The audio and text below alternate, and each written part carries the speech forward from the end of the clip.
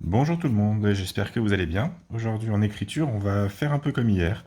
On va travailler sur la taille des lettres. Donc, je vous propose les mêmes exercices qu'hier.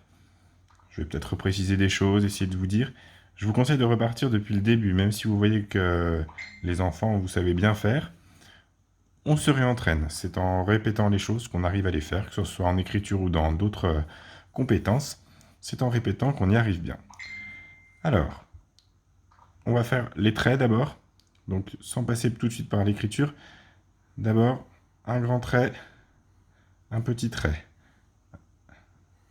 On fait un grand trait, deux petits traits, un grand trait, deux petits traits, un grand trait, deux petits traits, un grand trait. On peut aller jusqu'au bout de la ligne comme ça. Voilà, on continue. On change la séquence pour éviter des automatismes qui ne seraient pas nécessaires. Donc on peut changer la séquence, donc faire un grand, deux petits, etc., etc. Encore une fois, s'il y a besoin, et seulement s'il y a besoin, faire les lignes à la règle, si possible. Une ligne en bas pour partir d'en bas, une ligne légèrement au-dessus pour les petites lettres, et une ligne quand même plus en haut pour les grandes lettres. Et on part d'en bas. C'est comme ça qu'on va voir la différence. C'est pas la hauteur de laquelle on part. Il ne faut pas faire des traits qui partent du haut vers le bas. Il faut bien partir d'en bas et monter pour voir qu'on peut monter jusqu'à cette première ligne, faire une petite lettre, un petit trait et des grandes lettres. Et on continue avec la même séquence.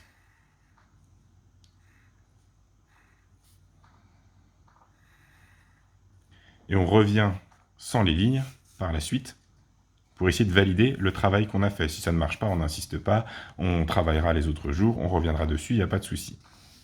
Chacun va au rythme qu'il veut, et moi je vais avancer petit à petit pour certains qui pourraient aller un petit peu plus loin. Si jamais ça bloque à un moment donné, prenez le temps de refaire plusieurs fois, et puis si ça bloque vraiment trop, vous continuez d'avancer, on y reviendra plus tard, il n'y a pas de souci. Donc voilà pour les traits, ça permet de vraiment travailler la taille, et après on va faire la même chose avec les formes, donc les formes de base. D'abord la boucle. On peut rester sur la même séquence. Comme ça, elle est retenue. Deux petites, une grande. Deux petites, une grande. Hop, ben voilà, il y a une erreur. Donc soit vous avez une gomme, soit vous barrez, c'est pas très grave. Au pire, c'est pas les erreurs qui comptent vraiment, on recommence et c'est pas un souci. C'est vraiment la différence de taille. Que quand vous faites une grande boucle, on doit bien voir qu'elle est grande par rapport à la petite. Et attention, elle est grande en hauteur. C'est pas trop grave encore s'il y a des soucis, mais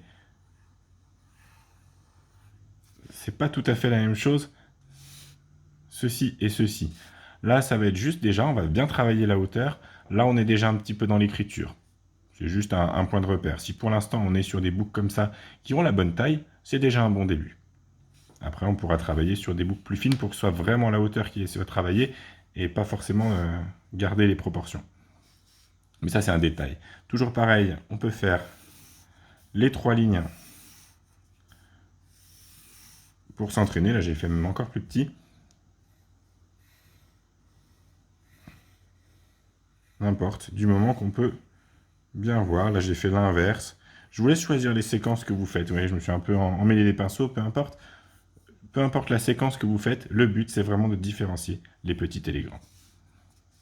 Et après, on fait la même chose avec les étrécis. Donc là, si jamais vous repassez par des lignes parce que c'est compliqué, finissez toujours par tester sans les lignes. Et les étrécis, ça va être le même principe. Donc pas besoin de détailler. Toujours, une fois que, s'il y a besoin, vous passez par les lignes. S'il n'y a pas besoin, c'est très bien. Et c'est déjà un bon entraînement. Même si vous seriez capable d'aller plus loin, entraînez-vous là-dessus. Entraînez-vous pour que ce soit bien acquis, voilà. Le but, c'est que ce soit acquis, et le fait de le retravailler, retravailler quelque chose qu'on sait déjà faire, ça permet de l'avoir acquis et de le garder même dans un mois. Vous saurez toujours le faire parce que vous l'avez beaucoup travaillé à un moment donné, et c'est rentré dans votre tête et dans votre esprit de savoir faire ça.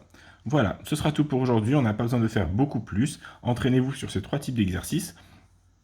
Entraînez-vous plus sur l'un ou plus sur l'autre suivant vos besoins. Et puis voilà, on avancera un petit peu demain dans une nouvelle séance. Voilà. Allez, et ben bonne fin de journée, à demain.